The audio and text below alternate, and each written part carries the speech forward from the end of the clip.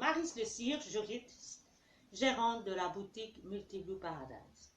Aujourd'hui, je vais parler du Conseil national de sécurité. Que peut-on en retirer? 1. Il y a de plus en plus de discrimination. Comme vous avez pu le remarquer, il y a une discrimination entre les vaccinés et les non-vaccinés.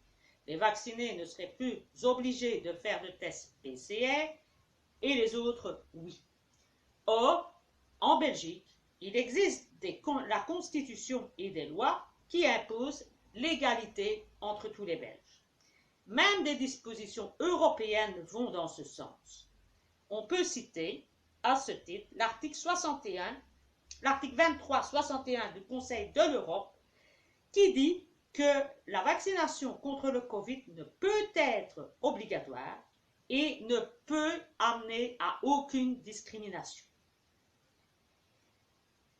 La deuxième discrimination que l'on peut relever encore, c'est que ça se base sur la citoyenneté européenne. En effet, l'article 3 de l'Europe indique que tout citoyen européen doit être soumis aux mêmes droits sans discrimination dans tout État membre. Or ici, les États membres font un peu ce qu'ils veulent et tous les citoyens ne sont pas soumis aux mêmes règles et sont donc discriminés.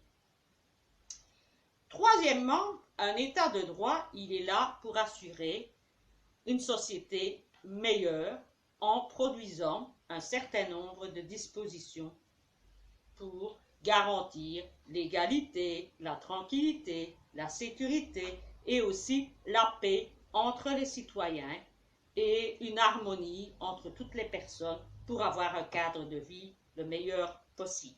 Or ici, nous avons affaire à des lois discriminatoires qui n'amènent que la zizanie, qui amènent des discriminations, des attaques, du harcèlement, etc. Ce qui est loin d'aller dans le sens de ce qu'on attend des dispositions qu'un État est censé prendre. Et ces zizanies ne se limitent pas entre les citoyens dans une société, mais cette zizanie-là, on la ramène même à l'intérieur de vos murs, à l'intérieur de vos maisons. On pourra citer un exemple, c'est que dorénavant, les enfants de 16-17 ans peuvent se faire vacciner sans l'autorisation de leurs parents. Vous imaginez les désaccords qui risquent d'apparaître au sein des familles, des mensonges, etc. Tout cela ne va amener que des crises au sein des familles, des couples et aussi au sein de la société. Et toute discrimination n'a jamais pour but de favoriser un monde meilleur, mais au pire d'amener de la révolte, des guerres civiles et tout ce qu'il y a de plus mauvais. Alors, je terminerai sur ces mots en vous rappelant que tout cela a été pris dans le cadre, bien évidemment, d'un arrêté ministériel qui n'est toujours pas constitutionnel, puisque la loi pandémie n'est toujours pas passée, qu'elle devait être passée le 1er mai et qu'elle n'est toujours pas passée, que que le ministre en question, il n'a pas l'air de se tracasser, il ne nous en parle pas, hein, qu'il n'y a aucun autre ministre du gouvernement qui a l'air non plus de s'inquiéter de cette situation.